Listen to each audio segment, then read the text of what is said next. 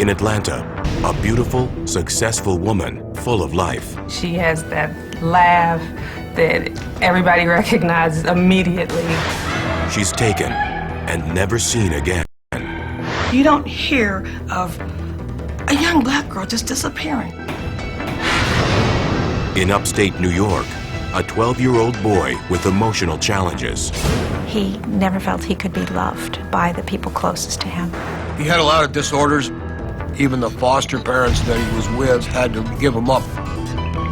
He disappears in the dead of night. The police feel frustrated because they know that something has happened to this child.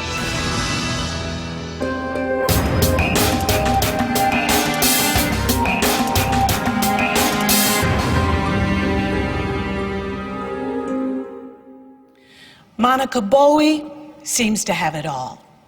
Intelligence, drive, beauty, and love.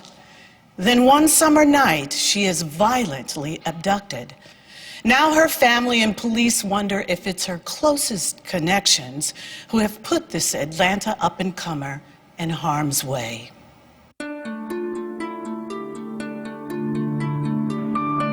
34-year-old Monica Bowie is a successful, attractive, professional woman living in an upscale part of Atlanta. On July 5th, 2007, she enjoys a night out, returning home shortly after 11 p.m. This is the last night she's ever seen in her Buckhead neighborhood.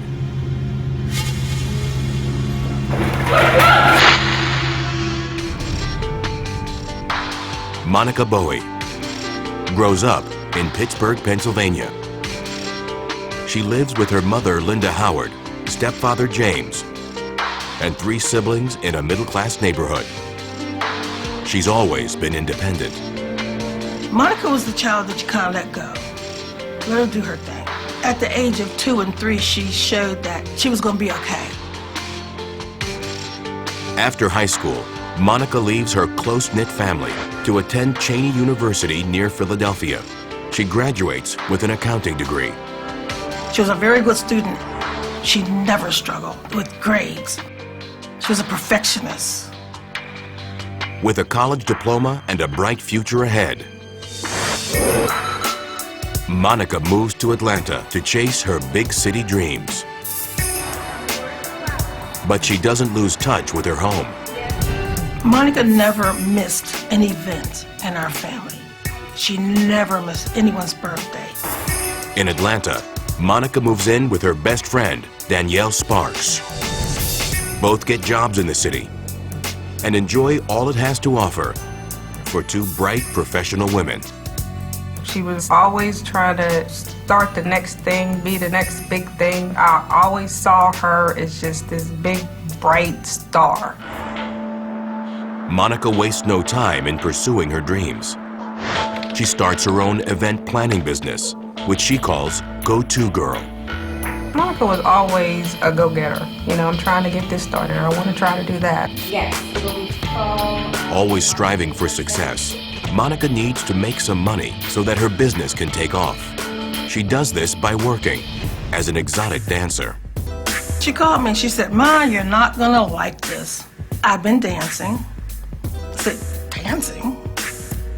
Monica assures her mom that the new gig is just a temporary thing. To my knowledge, she only danced for, give it 3 months, 4 at the most. Located on Atlanta's west side, the Blue Flame is a good place to meet movers and shakers. You're gonna meet the entertainers there, you're gonna meet the ball players there, you're gonna meet the businessmen there, because that's where they go.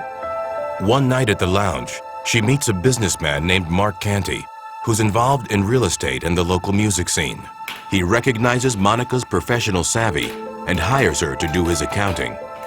She did have an accounting business, so that was her main source of income, and she had various clients throughout the city that she would help with tax issues. In 2005, Mark and Monica are involved romantically and eventually get engaged. Hi, this is Monica Bowie with Go-To Girl. But Monica soon refocuses on her desired career in event planning. Married to her work, her relationship with Mark doesn't last. In 2006, Monica moves to the upscale Buckhead neighborhood on Atlanta's north side. While working one of her event planning jobs, she meets 35-year-old car salesman Shanada Walters, known by the nickname Rico. In 2007, Monica surprises her mom with news of their engagement. I felt it was a little too young and a little too immature and a little too into the street life for her. She wasn't a street life girl. 2 years before meeting Monica, Rico served time on drug charges. On June 20th, 2007, Rico's past comes back to haunt him. That morning, he tells Monica he needs to borrow her car to go to the barbershop. Police officers on patrol near the barbershop that day smell marijuana and search the car. Inside, they find marijuana and a handgun. So they arrested him and told him to call the owner of the vehicle to come retrieve it. Monica is called down to the police station, she believes, to retrieve her car. So she got there, and then the police said, "You know anything about these drugs in the car?" And she said, "Of course not." And then they arrested her. When police discover Monica has no criminal history, they release her. But Rico is not as fortunate. Authorities charge him with drug possession and put him in jail. As a precaution, Monica hires her own attorney. On the afternoon of July 5th, Monica meets with her lawyer. She is eager to avoid any further trouble with the law. Despite Rico's arrest, Monica believes they can put the matter behind them as soon as he's released. She seemed like she had her life mapped out. We did talk a little bit about the engagement. I asked her, is the date set? She said not really, but she's really excited about becoming a wife. Later that very night, Monica goes out for dinner and is dropped off at her apartment. At approximately 11:15 p.m., 5 witnesses hear screams for help coming from the parking deck.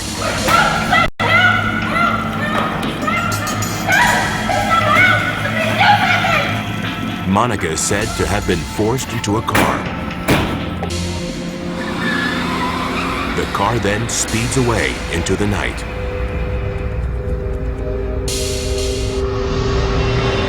Coming up, Monica's desperate family searches everywhere. We walked, we put flyers out. I don't even know where we were, but we didn't care. We went anyway.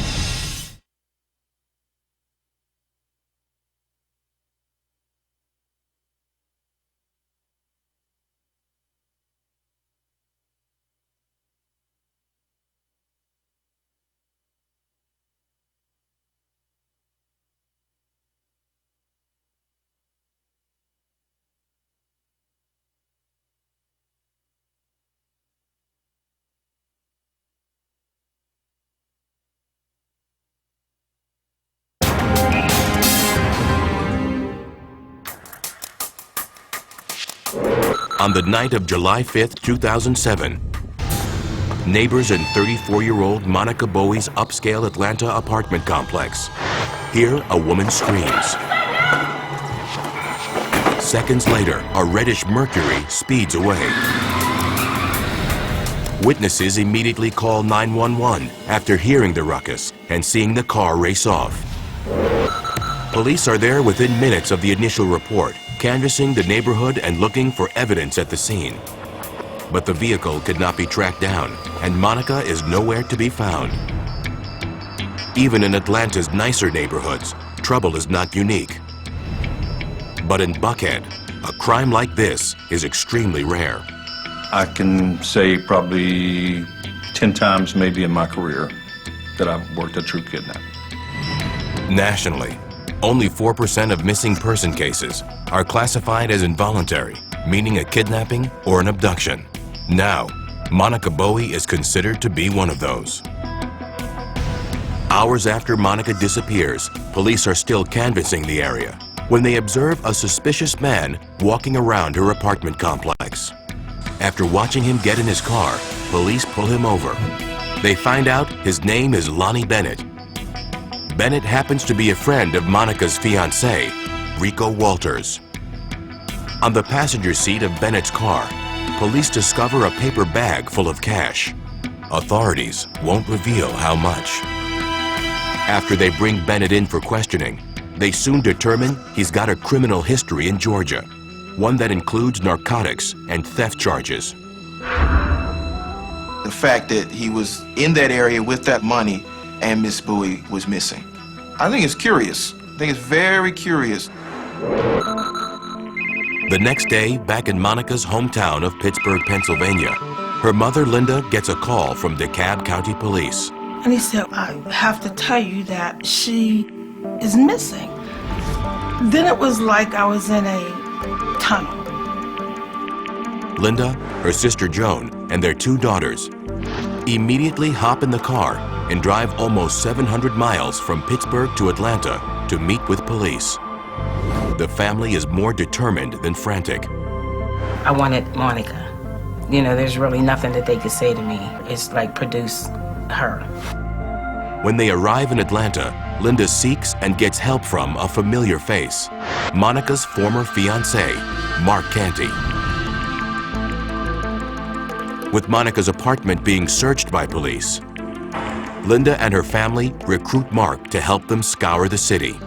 We went out on a search for Monica. We walked, we put flyers out. I don't even know where we were, but we didn't care, we went anyway. Local reporters are now hot on the story and begin to believe that the people Monica associates with, including her fiancé, Rico Walters, may have put her in danger. Looking back at this case, there were some shady characters in Monica's life. Monica has a big heart, but sometimes she could put a good spin on a bad situation. She always wanted to find some good in everything.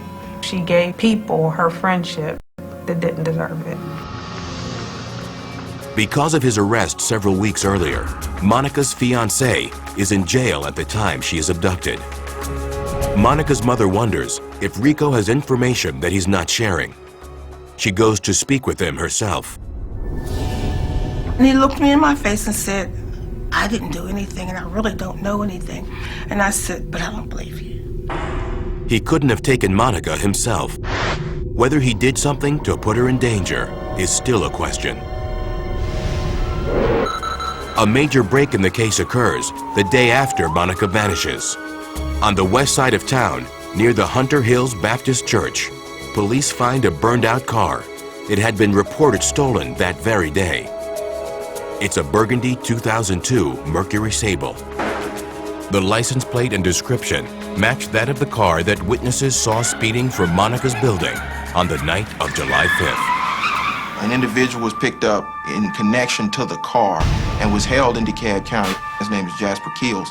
According to police, Jasper Keels took the car from an acquaintance on July 4th, the day before Monica disappears. Now, it turns up after being torched and abandoned on the opposite side of town. He borrowed a car from this guy and never returned it. So it was reported stolen. And that's where the connection to Monica's abduction seems to end. Even though police are unable to link Keels to Monica's disappearance, they do arrest him for car theft and marijuana possession. Then, police take a deeper look into Monica's relationships. They question another familiar face, Monica's first fiancé, Mark Canty. He's also had problems with the law.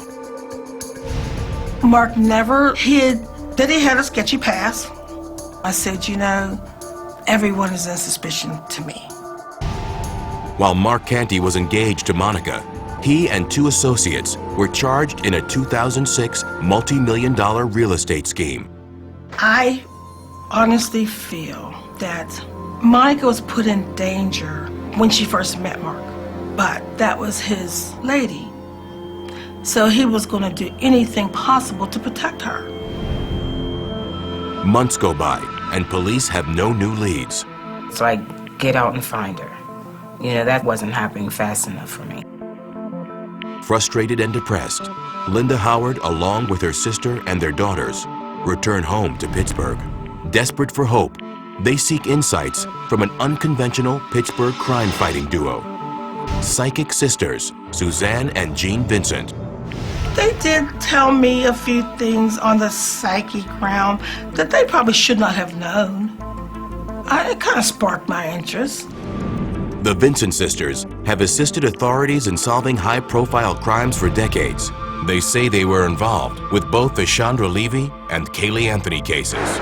They say they sense what may have happened to Monica. I felt the fear when I went to the Berkshire Apartments. When I was outside the gates, I could see the perpetrators go through the gates. I definitely felt that she knew the person, that they knew of her, or there was some kind of a connection. She recognized her abductors, and she knew exactly what this meant.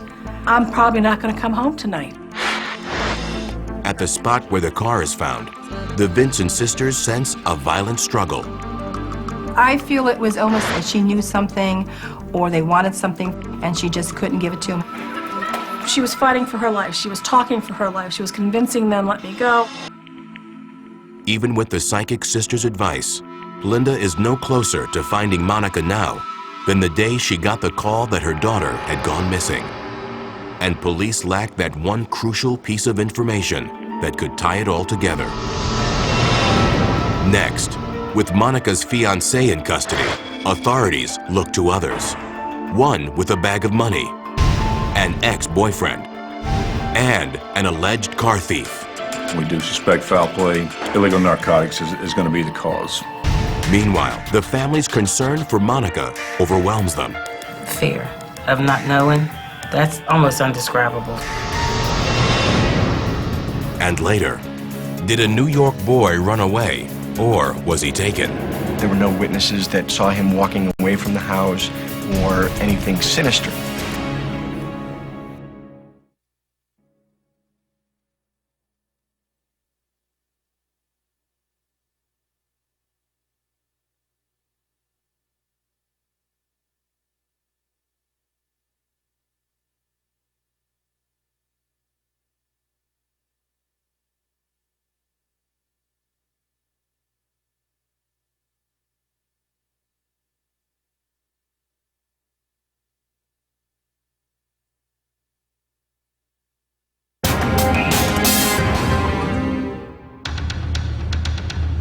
On the night of July 5th, 2007, witnesses hear the screams of Monica Bowie, and she's forced into a car by two men. She is never seen again. 2 months after Monica's gone missing, Jasper Keels, who allegedly stole the car that witnesses see take Monica away, is charged with her kidnapping. We had enough probable cause to arrest him for the kidnapping at the time. Obviously, as investigation progresses, our job is to prove individuals innocent as well as prove them guilty. Police can only hold Keels for car theft, but can't connect him to Monica's disappearance, even if the car he stole drove off with Monica. Maybe there's some other people who may have seen the car being stolen. There's someone who knows what happened to her. Could that somebody be the man discovered the night of Monica's disappearance with a paper bag of money? Or her former fiancé with a police record? Or her current fiancé who was arrested driving her car? All have two things in common: a history of run-ins with the police and some sort of connection to Monica. We do suspect foul play. Illegal narcotics is going to be the cause. Police won't give specifics about how they believe Monica is linked to these men's activities. The case is suspended at this point. We've run down every lead that we've had. Monica's family and friends miss her and are hopeful for her return, or at least some closure. This is a victim. This is someone's sister. This is someone's child. This is someone's loved one. I never thought I wouldn't see her again. That never crossed my mind. Fear of not knowing, that's almost undescribable to me. Linda's family still sets a place for Monica at the table for Thanksgiving and Christmas dinners. And every year, they celebrate her birthday. We all hurt deeply. We do. But we're so close. When we each need a cry, we're there. We each need a laugh, we're there. So we have somebody we can hang on to. My faith is real big, and I'm not giving up. Never give up. Was Monica Bowie a victim of circumstance? Or did she get caught up in a dangerous lifestyle? Her family has put all of their resources toward finding their loved one. Police believe Monica is linked to some questionable activities, but for those who love her, that doesn't matter. They simply want their child back. Help us learn what happened to Monica Bowie. Please call the number on the screen or go to our website, tv1.tv, for more information. Next, a troubled former foster child in upstate New York goes missing. Just as he seems to be finding happiness, could a parent be involved?